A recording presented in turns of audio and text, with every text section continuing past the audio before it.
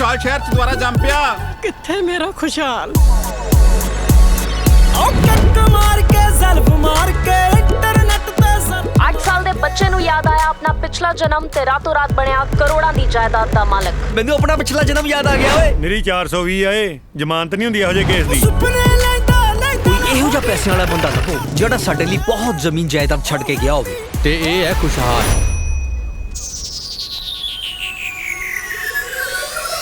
मुड़ा है मेरा पुत। ਬੇਬੇ ਮੈਂ ਆਇਆ ਮੁੜ ਕੇ। ਓ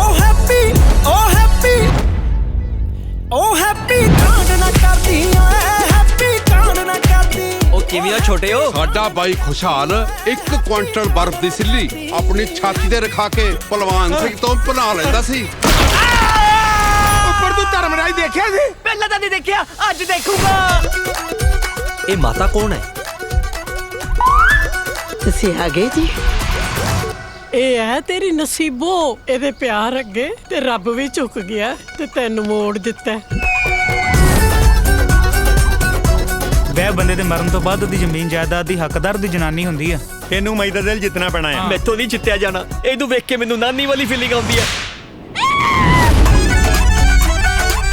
ਹਾਂ ਮੰਮੀ ਆ ਗਏ ਅਸੀਂ ਵੀ ਤੇਰੇ ਨਸੀਬੋਂ ਨੂੰ ਮਿਲਣ। ਤੁਸੀਂ ਇੱਕ ਵਾਰ ਨਸੀਬੋਂ ਨੂੰ ਬੁਲਾ ਦਿਓ ਪਹਿਲਾਂ। ਮਾਤਾ ਜੀ ਆ ਕੀ ਕਰੀ ਜਾਂਦੇ ਹੋ? ਮੈਂ ਤਾਂ ਤੁਹਾਡੇ ਬੱਚਿਆਂ ਵਰਗੀ ਆ। ਇਹੋ ਹੀ ਤੁਹਾਡੀ ਨਸੀਬੋ ਹੈ ਜੀ, ਤੁਹਾਡੀ ਨੂੰ।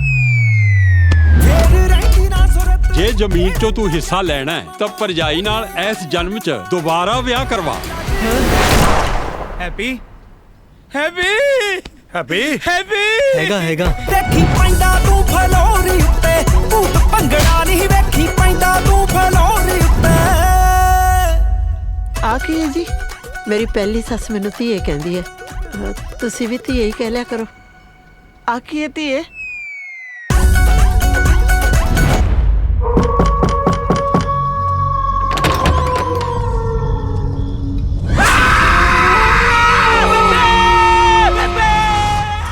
ਆ ਕੀ ਹੈ? ਤੁਹਾਡੀ ਲੰਮੀ ਉਮਰ ਲਈ ਮੈਂ ਵਰਤ ਰੱਖਿਆ।